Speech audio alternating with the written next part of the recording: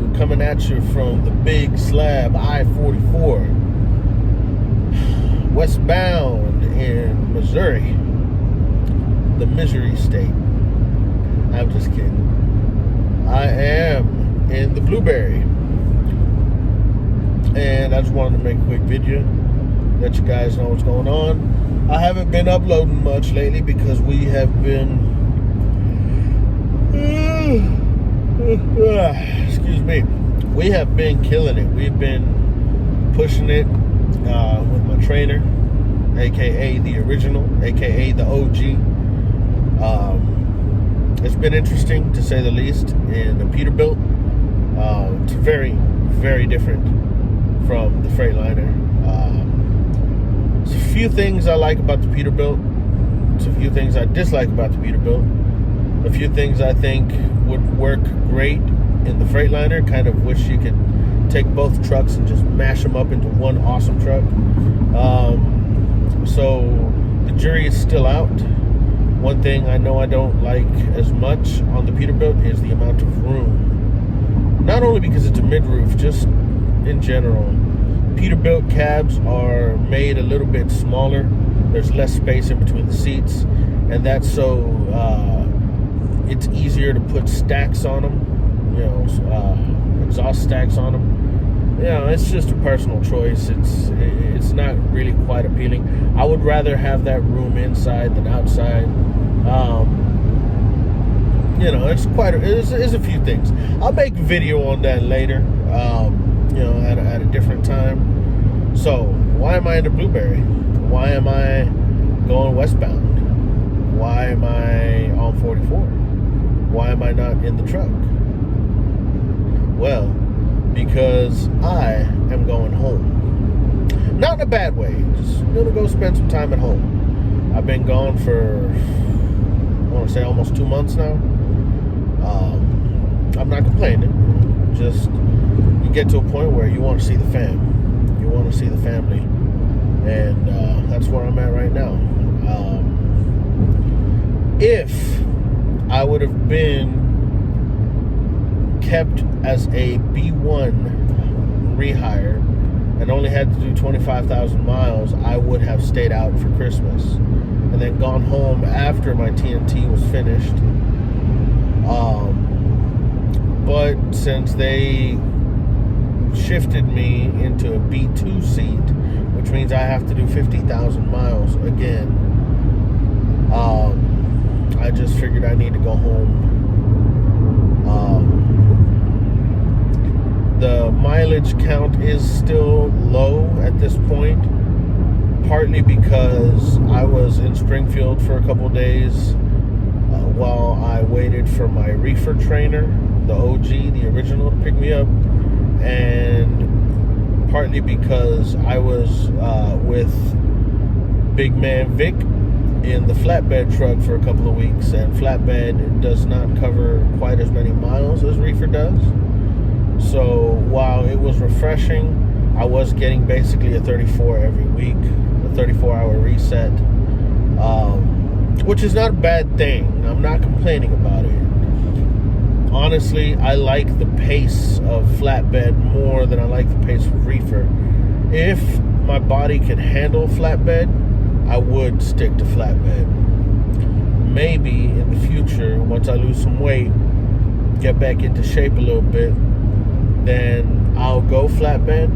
But as it stands right now, the best thing for me is to stick to reefer. We'll see what happens though. So yes sir, yes ma'am, yes everything in between, Gonzo is going home. I'm going to be home for probably about a week, a little more than a week maybe. Sorry about that. And I'm just gonna enjoy some time with the fam.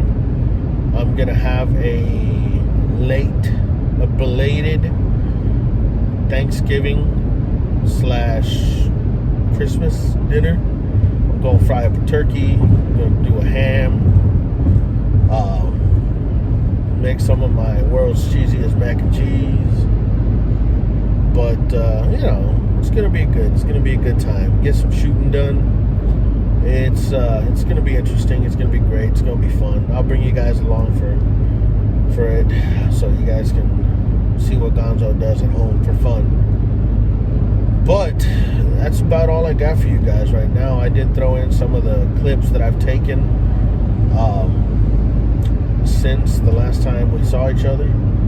It's just you get into a point, you get into a cycle when you're training in reefer. I have found, at least, I don't know about other people, but I have found that when you're training, you get into this this cycle where you're just driving, resting, driving, resting, driving, resting, and it does good, but it also, it's pretty exhausting at sometimes. So getting to record content isn't the easiest. But I did want to talk about something because we have a few miles to go. I'm meeting up with a friend. We haven't seen each other in a while. Actually, we haven't seen each other since like January, February, in Springfield. He's down here near Joplin, so I'm just gonna meet up with him, have some lunch, reminisce about the good old days. But I did want to talk about something though, and this might just be me, but I feel like it pertains to everybody. It's relevant to everybody, and that's, you guys can leave your comment in the comment section. Let me know what you think, but I think this can apply easily to everybody. There's a moment, especially when you're starting out, when you're TNT. Now, I hit this moment the first time I did TNT, and I hit this moment again recently, this time around in TNT. And I call it the wall. You know, everybody, people who run marathons and stuff like that, they'll tell you about the wall. It's, you hit that brick wall and you just want to stop and end it and walk home, or get picked up, call it quits. You get to the same in trucking. You have a day that you just start thinking to yourself, do I really want to be doing this? Is this really going to be my life 24/7? This is really what I'm going to be doing as a job. And in that moment right there, that doubt comes in, and everything, just like the floodgates, open up, and you start thinking to yourself about all the time you're spending away from family, all the things you're missing, all the people you would like to be spending time with instead of whatever you're doing at that particular moment. Dealing with your fleet manager who never answers your phone calls. Dealing with, being on hold for 45 minutes, waiting, and then just to get a busy signal and having to call back and start the whole process over. Dealing with shippers and receivers who care as much about you as they care about an ant on the ground. Dealing with all the little intricacies and all the crap that comes with this job. And that wall is usually followed up by a great day. Once you get past that moment and you power through it, you just put the pedal to the metal and you smash through it. And it's hard. It really is. But once you do it, you have a great day. I had one of those. I just thought to myself, do I really want to be doing this again? We all have those moments. Don't take it as a sign of weakness. Take it as a sign of humanity. You're human. But I had that moment. Is this really what I want to be doing as a career? Do I really want to be doing this 24/7? Am I ready? Will I be ready when I'm done with TNT to do this on my own? And it was hard. But it's not the first time I hit that wall. So maybe it was a little easier for me to muscle through it this time around. Well, I drove that night, and we got to our 90, our receiver. I backed it into the door. We got unloaded. I drove to the next 01 to the next shipper. We got loaded. I drove out. So I backed into 2 doors in one day. It was a good day. And wouldn't you know it, it was just a good day. And I wanted to bring that up to you guys because my channel has gotten some love from a couple of other channels on YouTube, a couple of other very amazing Prime drivers.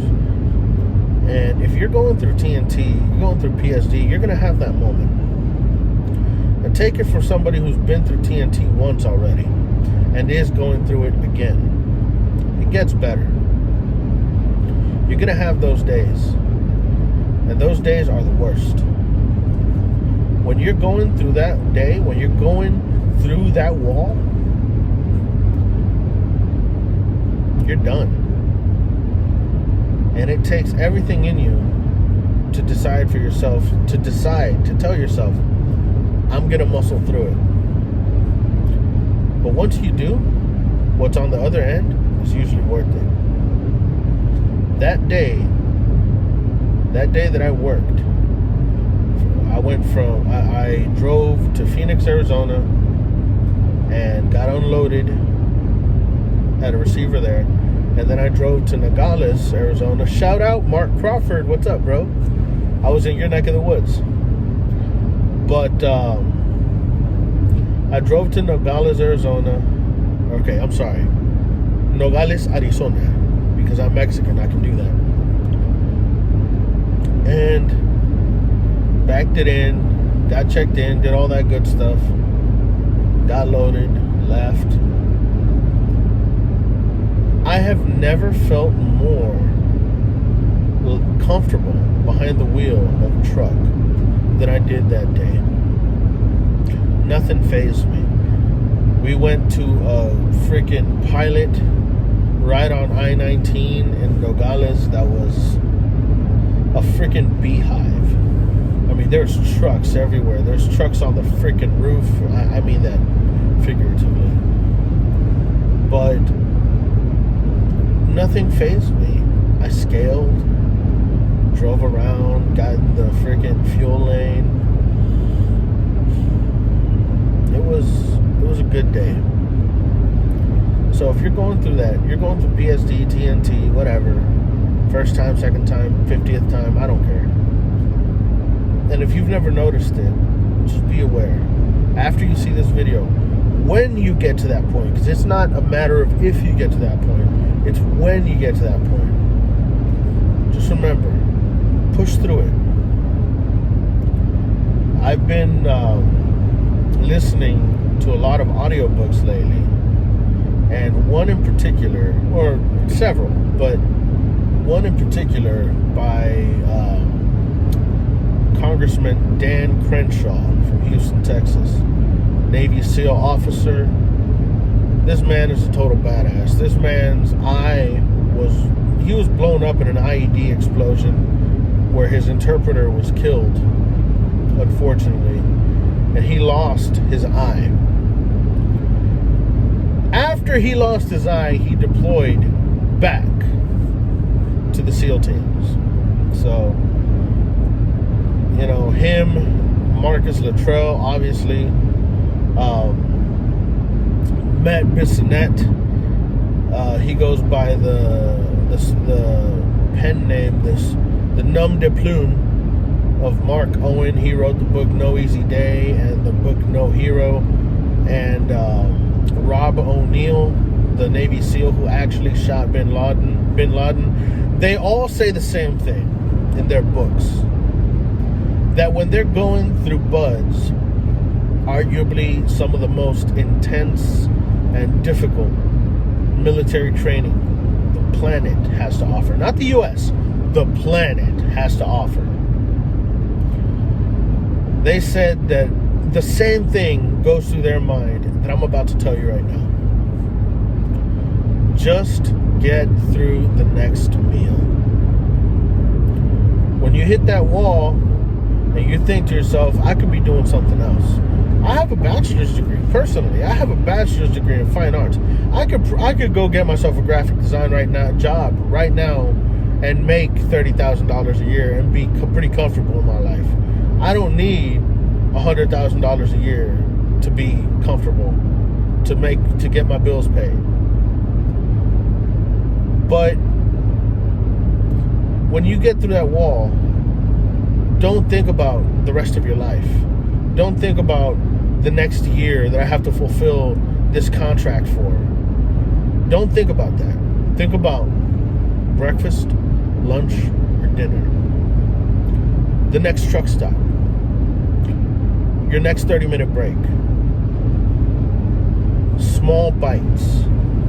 How do you eat an elephant? One bite at a time. Just get through it right now. Because what comes after that difficult moment is going to be better. It's going to be amazing. I'm going to put it in truckers' terms, because though I'm not ready to call myself a trucker yet, I think I've come to understand trucking a little bit better in my first TNT phase and so far this TNT phase. But I'm going to put it in terms a trucker will understand. You're in your truck. If it's a prime truck, you're in your slow truck. Just poking fun. But you're in your truck and you're about to climb that mountain. You start off with good speed, but as you start climbing, as you keep climbing and you start getting closer to the top, you've lost a lot of speed.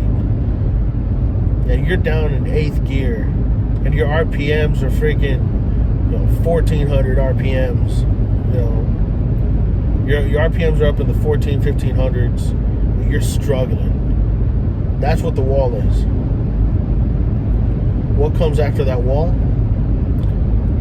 It's all downhill from there. Once you hit that wall, once you hit that crest, once you crest that mountain, it's downhill, baby. You're going to be fine. You're going to push through it, and you're going to have a badass day. You're going to have a great day. You're going to feel like a super trucker for a little bit. And then you're going to do it all over again next week. So, that's my advice for you guys today. I know it's kind of turned into a rant, a speech. Hopefully you guys will forgive me for that. But, it is what it is. I got nothing else to do for the next 12 hours besides have lunch with my buddy and, just drive home. So, anywho, get through it. It's worth it. I love you guys. Like, comment, subscribe, all that good stuff. The next video you will see, besides this one, is going to be just me on the road, going home.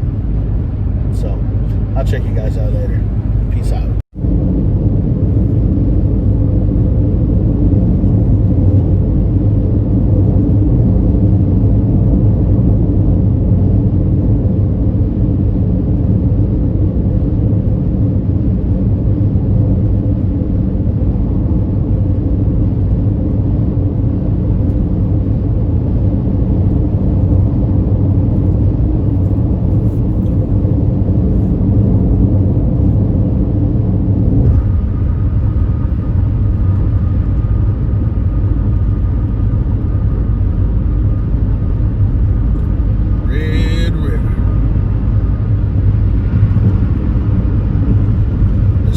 At night are big and bright, deep in the heart of Texas. Gonzo's back in Texas, baby. Let's find the Buc-ee's. Yeah.